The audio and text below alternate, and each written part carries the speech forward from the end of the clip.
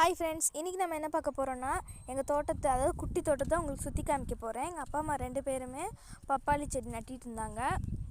அப்புறம் கத்தாழை செடி, இது வந்து குட்டி பப்பாளி, அடுத்து சுண்டக்காய் செடி ஃப்ரெண்ட்ஸ்.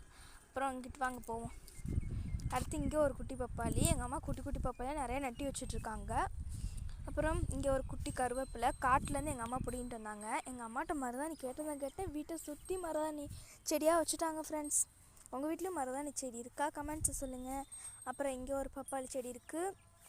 இதுதான் எங்களோட பெரிய கருவேப்பிலை மரம், குட்டி கருவேப்பிலை வேர்லேருந்து முளைச்சி வருதுன்னு நினைக்கிறேன் ஃப்ரெண்ட்ஸ். அப்புறம் எங்கள் அம்மா நேற்று வச்சாங்க இந்த வாழைத்தண்டை. அப்புறம் இந்த பக்கம் வந்து பார்த்தா செம்பருத்தி செடி வச்சுருக்கோம். அது நேற்று பூத்த பூனால் கொஞ்சம் காஞ்சி போயிருக்கு. அடுத்து இது நான் வெள்ளை பூச்செடின்னு சும்மா கூப்பிடுவேன். இதான் ஃபஸ்ட்டு பூத்துருக்கு.